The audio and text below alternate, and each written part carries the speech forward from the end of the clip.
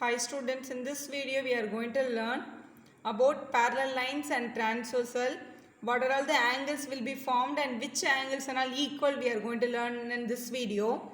So look at this diagram. So this black color lines are parallel lines. This red color line is a transversal. So parallel lines means however you are extending it will never meet each other, that is called parallel lines. When the parallel lines are cut by a transversal, 8 angles will be formed. So there are 8 angles formed. So let us take some numbers for the angles.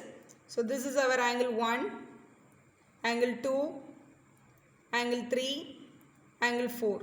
Same way here also, angle 5, angle 6, angle 7 and angle 8.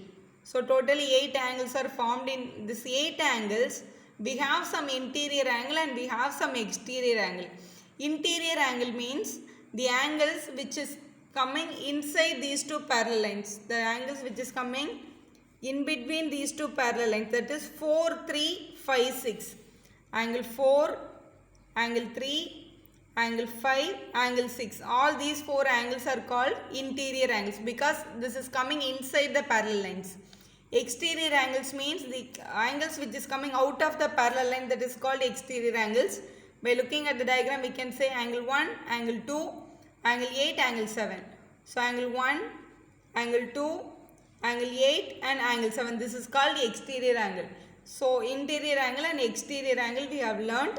Now we are going to write the remaining angles now. The first one. So here we are going to learn which angles are all equal in this diagram. We are going to learn it. Here comes your first one, vertically opposite angles. First we are going to learn vertically opposite angles. Vertically opposite angles are always equal. Vertically opposite angles are always equal. So let us learn what are all the vertically opposite angles now. Look at this diagram. So here when the two lines are intersect, this black line and this red color line are intersect each other, 4 angles are formed. In this 4 angle, angle 1 and angle 3 is vertically opposite, 4 and 2 is vertically opposite. Vertically opposite angles are always equal. So we can say that angle 1 is equal to angle 3, angle 4 is equal to angle 2 here. And down also the same condition, vertically opposite angles are equal. So 5 and 7 is equal, 8 and 6 is also equal. So we can say that angle 5 is equal to angle 7 and angle 8 is equal to angle 6. So these are all the vertically opposite angles. The next we are going to learn is alternate interior angles are equal. Alternate interior angles are equal. Alternate interior. What is mean by alternate interior angles means? Children, we know that what is interior angle. We have 4 interior angles here. That is 4, 3, 5, 6. These 4 are interior. Which is alternate interior means one interior should be taken from this side, one interior should be taken from this side. 4 and 6 are equal. They are vertically opposite angles. So we can say that angle 4 is equal to angle 6. And one more, angle 3 and angle 5 also equal. That also will be alternate interior angles only. The second one, angle 3 is equal to angle 5. So these two are alternate interior angles. Next we are going to learn alternate exterior angles are equal. So we know that which are all exterior angles here, that is angle 1, angle 2, angle 7, angle 8 are exterior angles. In this exterior angles, alternate exterior angles are equal. That means if I take one exterior angle here, then you have to take angle 7 here. This angle 1 and this angle 7. Both are exterior but both are alternate. Alternate means one angle should come left side of the transversal, means one should come right side of the transversal. That is called alternate. So we can write it angle 1 is equal to angle 7. So what is the one more pair of alternate exterior means angle 2 is exterior. Here angle 8 is exterior. So angle 2 and angle 8 also always will be equal. Alternate exterior angles also equal. Now which is corresponding angles? Corresponding angles are always equal. So corresponding angles means very easy. Same side of the transversal, one interior and one exterior we have to take. That is, if I am taking angle 2, here you have to take the angle 6. That is, same side of the transversal, one interior and one exterior should be taken. They should not be adjacent. Next angle we should not take.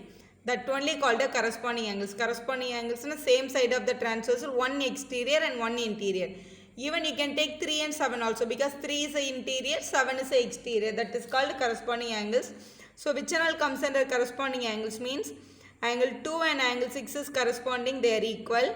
Here 3 and 7 are corresponding, they are always equal. This side angle 1 and angle 5. Angle 1 is exterior, angle 5 is interior. So angle 1 and angle 5 are equal.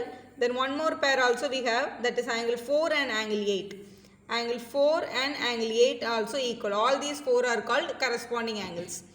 Next one, co-interior angles are supplementary. Co-interior, the term itself we can understand what is meant by interior. Interior we have 4 angles, that is 4, 3, 5, 6. In this 4 angles, which is called co-interior means same side of the transversal, that is 3 and 6 are co-interior, 4 and 5 also co-interior only. Co-interior angles are supplementary. Supplementary means when you add those angles, that addition will be coming to 180 degree. So we can write it, angle 3 plus angle 6 will be equal to 180 degree. Same way, angle 4 plus angle 5 will be giving you 180 degree. This is called co-interior angles. So finally, linear pairs. So which and all comes under linear pairs, we'll see here. Linear pairs is nothing but they should lies on the straight line. That addition will be 180 degree. Like this it should come.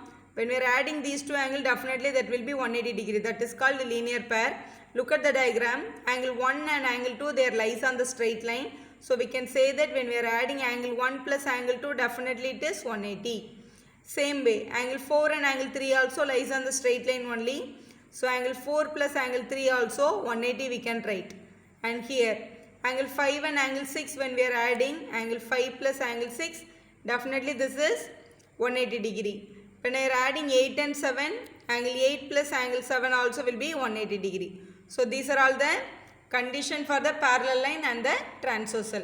Thank you for watching. If you like our video, subscribe our channel for more videos.